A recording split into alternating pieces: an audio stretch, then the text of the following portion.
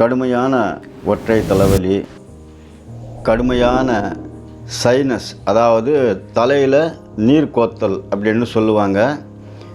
இந்த தலையில் நீர் கோத்தல் அப்படின்றது தான் சைனஸ். இந்த சைனஸ் ஒருத்தருக்கு ஏற்பட்டால் அதிகமாக மூக்கில் நீர் வடியும். இது இல்லாத தும்மல் நிறையா வரும்.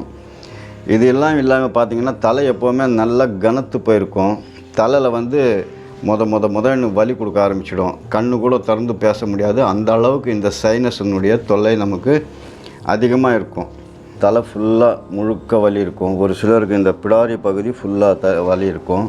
இந்த வலிகள் எல்லாம் இல்லாமல் பார்த்திங்கன்னா கண் நெருப்பு மாதிரி எரிய ஆரம்பிச்சிடும். இதே போல் இன்னொரு விஷயம் உங்களுக்கு நடக்கும். காதில் ஜிவ்வுன்னு சவுண்டு கேட்கும். ஒரு விதமான ஒரு விட்டில் பூச்சி, சின்னதாக ஒரு வண்டு கத்துனா எப்படி இருக்கும், அந்த மாதிரி எல்லாம் சவுண்டு இருக்கிற நண்பர்கள் இருக்காங்க. இவ்வளோ அனுபவிக்கிறது போகாதுன்ட்டு இரவில் போனால் தூக்கமே வராதுங்க. சுத்தமாக தூக்கம் வராது. இந்த சௌரி பழம் நீங்கள் முறையாக நம்ம தைலம் காசுறது முறை பார்க்கலாம். இதே நேரத்தில் இந்த பழம் தைலமாக பண்ணிட்டோம்னா நீங்கள் பத்திரமா வச்சுக்கணும். இது மிகப்பெரிய ஒரு அருமருந்துங்க. இந்த பழம் கிடைக்கிறது மிக அரிது. இந்த பழம் எல்லா பழம் கிடைக்கும் நமக்கு. இந்த சௌரி பழம் கிடைக்கிறதுக்கு ரொம்ப ரொம்ப கடினமான ஒரு விஷயம். எத்தனை ஊர் திரிஞ்சாலும் கிடைக்காது. அதுக்கு முன்னே நாட்டு மருந்து கடையிலெல்லாம் நிறையா விற்றாங்க. இப்போ எந்த நாட்டு மருந்து கடையிலையும் கிடைக்கிறதில்ல. பார்க்கக்கூடிய பழம் அப்படின்னு பார்த்தீங்கன்னா சௌரி பழம். இது ஒரு கொடி இனத்தை சேர்ந்த பழம் தான். பார்க்குறதுக்கு செக்க செவேலுன்னு மாதுளம் பழம் போல் இருக்கும். தலைவலிக்கு மிக ஒரு வரப்பிரசாதம் அப்படின்னு சொல்லலாம். அந்த அளவுக்கு மிக சிறப்பான ஒரு தைல முறை இது. மாதுளம் பழம் போல் இருக்கும். நமக்கு சாப்பிட்ணுன்னு தோணும். மாதுளம் பழத்துக்கு இந்த ஒரு 5 கமலம் 6 கமலம் மாதிரி இருக்கும். அந்த முட்டு அது இருக்காது. பின்னாடி காம்பு மட்டும்தான் இருக்கும் இந்த பழத்துக்கு. ஆனால் சாப்பிட முடியாது. அது பொழந்து பார்த்திங்கன்னா அதில் மஞ்சள் நிறத்தில் இருக்கும். சதை பற்றோட விதை பார்த்திங்கன்னா கருப்பாக. அந்த விதையெல்லாம் நமக்கு தேவையில்லை. தூக்கி தூரம் போட்டுடணும். அந்த விதையை மொத்தம் கருப்பாக தான் இருக்கும். அதையெல்லாம் தூக்கி தூரம் வச்சுடுங்க. அது எண்ணெயில் சேர்க்கக்கூடாது. இந்த பழம் கசப்பு மிகுந்த பழம். நீங்கள் கை தொட்டுட்டு ஏதாவது ஒரு தண்ணியோ இல்லை ஏன்னா சும்மா இப்படி வாய் தொடச்சிங்கன்னா கூட அந்த உதடில் பட்டுச்சுன்னா அவ்வளோ கசப்பு இருக்கும். இந்த உதடெல்லாம் லேசாக மறுத்து போயிடும். அவ்வளோ வேலை செய்யும். இதனுடைய குணாதிசயம் நிறைய பேருக்கு தெரியாது. எல்லாம் சௌரி பழம்னா அசால்ட்டாக நினச்சிக்கிறாங்க. இது அப்படி இல்லை. இந்த பழம் மிக அருமையான மருத்துவம் குணம் கொண்ட ஒரு பழம். இது எல்லாரும் பயன்படுத்தி எப்போவுமே என்ன பண்ணாலும் 20 வருஷம் 30 வருஷம் அந்த வலி ரொம்ப பயங்கர குடைச்சல் இருக்கும். இந்த சிரிச்சு குடைச்சல் வாதத்தை பற்றி தான் இப்போ நான் உங்களுக்கு விவரமாக சொல்லியிருக்கேன். ஏன்னா இந்த காதில் நீங்காரம் சவுண்டு கேட்குறது ஒன்று. அதே மாதிரி தலைக்குள்ளே நம்ம சும்மா ஒரு கட்டையருக்கு மேலே தலை மேலே ஓடினாவே நமக்கு அது எடுக்கிற வரைக்கும் நம்ம மனசு அதில் தான் இருக்கும். தலைக்கு உள்ளே இந்த மாதிரி ஓடும். இதை எப்படி இருக்கும் தெரியுமா? அவங்க சொன்னால், அந்த அனுபவிக்கிறவங்க சொன்னால் நம்ப மாட்டாங்க யாரும். வேணுமுன்னா இவன் என்னவோ சொல்கிறான், என்னவோ பைத்தியம் பிடிச்சி போச்சு அப்படியெல்லாம் அவனுக்கு தப்பாக நம்ம பேச தோணும். அந்த மாதிரி பேசிடுவாங்க. ஆனால் உண்மை இதுதான். இதை பலருக்கும் இது சரி செஞ்சிக்கக்கூடிய ஒரு அற்புதமான முறை இது. இதில் என்னென்ன சேர்க்குறோன்னா பொடுதலை மூலிகை அப்படின்ட்டு ஒரு மூலிகை சேர்க்குறோம். அதே நேரத்தில் வெள்ளை மிளகு இது சேர்க்குறோம். 10 லிட்டர் எண்ணெய், நல்ல எண்ணெய், செக்கில் ஆட்டின எண்ணெய் தான் இருக்கணும். அளவு பார்த்திங்கன்னா 10 லிட்டர் எண்ணெய்க்கு 1/4 கிலோ வெள்ளை மிளகு நைஸாக பவுடர் பண்ணணும். அவ்வளோ நைஸ் இருக்கணும். ஆனால் இதில் இந்த எண்ணெய் காசும் போது மட்டும் தெரிஞ்சோ தெரியாமலோ சும்மா கொஞ்சம் தண்ணி கூட ஊற்றி அரைக்கக்கூடாதுங்க. ஏன்னா எண்ணெய் கெட்டு போயிடும். உங்களுக்கு நீண்ட நாள் வரவே வராது. அதனால் இப்போ இலை எப்படி அரைக்கிறது அப்படின்னு கேட்பீங்க. இவ்வளோ இலை இருக்குது, உரலில் போடுங்க. ருப்பும் போது கொஞ்சோண்டு நல்ல எண்ணெய் போட்டு ஆட்டினீங்கன்னா அந்த இலையெல்லாம் மெழுகு பதத்தில் ஆட்டணும். ஒரு மணி நேரம் ஆகும் கண்டிப்பாக. சௌரி பழம் 2 கிலோ பழம் அரைச்சி வச்சுருக்கோங்க. இதே மாதிரி வெள்ளை மிளகு 1/4 கிலோ அரைச்சி வச்சுருக்கோம். இது இல்லாத பார்த்திங்கன்னா இப்போது பொடுதலை, அதுவும் எண்ணெய் ஊற்றி அரைச்சது. இந்த மூலிகை இதில் சேர்த்து கலந்துடுங்க. அதே மாதிரி மிளகு பவுடர் அதுவும் கூட சேர்ந்து கலந்துடணும். இது 3 ஒன்றா கலந்துட்டு இப்போ நல்ல எண்ணெய் ஊற்றணும். ஊற்றி நல்லா குழைச்சிடுங்க. குழைச்சிட்டிங்கன்னா கூழ் மாதிரி ஆகிடும். குழைச்சி வச்சுட்டு இதை எடுத்து அடுப்பு சிறு தீ தான் இருக்கணுங்க. பெரிய தீ வைக்கவே கூடாது. அடி பிடிச்சிடக்கூடாது. அடி பிடிச்சிடுச்சுன்னா எந்த தைலமும் உங்களுக்கு அது வேலைக்கு வராது. அடி பிடிக்காத கலந்து கொடுத்துக்கிட்டே இருக்கணும். கலக்கினே இருக்கணும். கலக்கிறது நிற்க வைக்காத 1 மணி நேரம் ஆகும் இந்த எண்ணெய் செய்கிறதுக்கு. ஏன்னா தீ எவ்வளோ கம்மி வைக்கணுமோ அவ்வளோ கம்மி தான் வைக்கணும். அந்த மாதிரி சிறு அனலில் இது காயறதுக்கு 1 மணி நேரம் மேலே ஆகுது.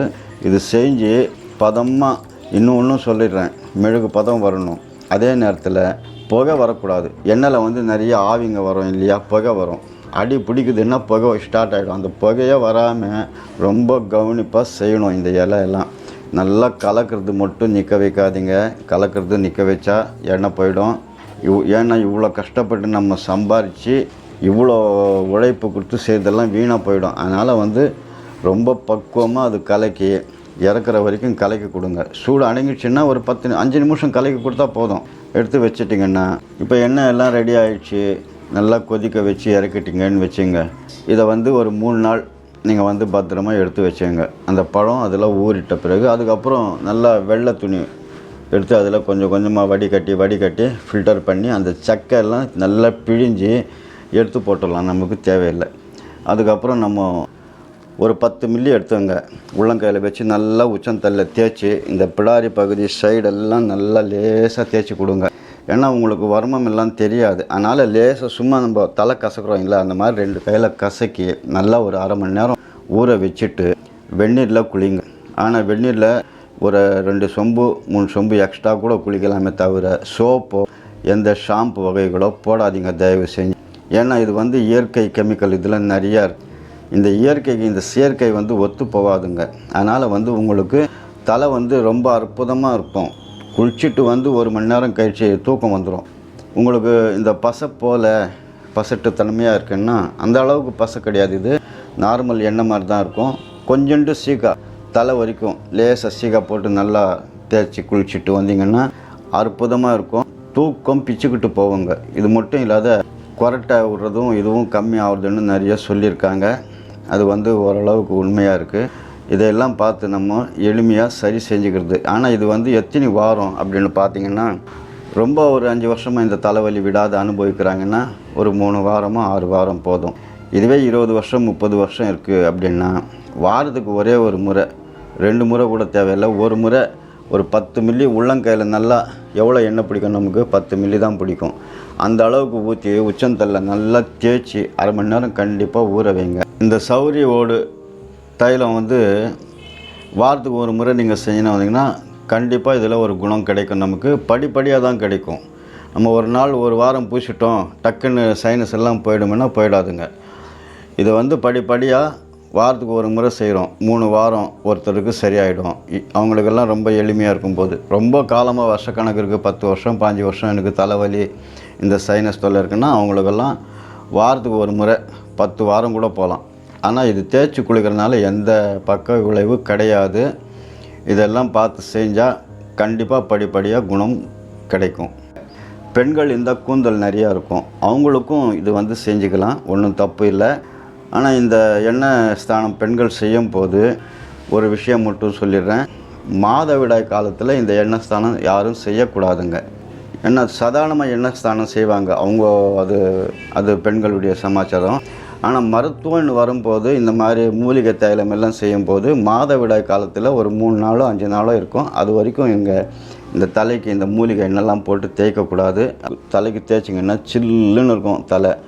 ஜுரம் வந்துடுமோன்னு பயந்துடாதீங்க. கண்டிப்பாக ஜுரம் எல்லாம் வராது. பலருக்கும் நான் செஞ்சு இந்த அனுபவம் இருக்குது. சின்ன பசங்க இருந்தாலும் சரி, கண் வந்து மங்கலாக தெரியும். இப்போ நிறைய பசங்க இந்த செல்லு நோண்டி பார்க்குறதுல அதில் நிறையா பிரச்சனை இருக்குது. இது மட்டும் இல்லை, வெறும் லைட்டு எவ்வளோ லைட்டு வெளிச்சம் பார்க்குறோம், அதெல்லாம் நமக்கு கண் எஃபெக்ட் ஆகுது.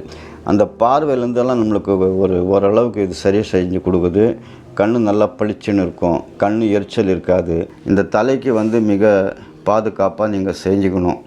ஏன்னா தலை வந்து எவ்வளவோ விஷயங்கள் இருக்குது. சிறுசு வாதம், சிறுசு குடசல் வாதம், இது இல்லாத வாத மேகரணம் போயிடுச்சுன்னா ஊமை வாதம்ன்ட்டு ஒன்று இருக்குது. அது வந்துச்சுன்னா வாய் திறந்து ஒரு முறை கூட 100 வார்த்தை பேசினாலும் அவரால் ஒரு வார்த்தை பேச முடியாது. அந்த அளவுக்கு மிக கடுமையான விஷயமெல்லாம் இருக்குது. ஆனால் இதெல்லாம் செஞ்சிங்கன்னா வந்தீங்கன்னா வாரத்துக்கு ஒரு முறை இந்த எண்ணெய் குளியல் படிப்படியாக உங்களுக்கு முதல்ல தூக்கம்தான் ஒரு பெரிய மருந்து. எல்லா ஆண் பெண் இருபாலருக்கும் தூக்கம்ன்றது ஒரு பெரிய ஒரு மருந்து.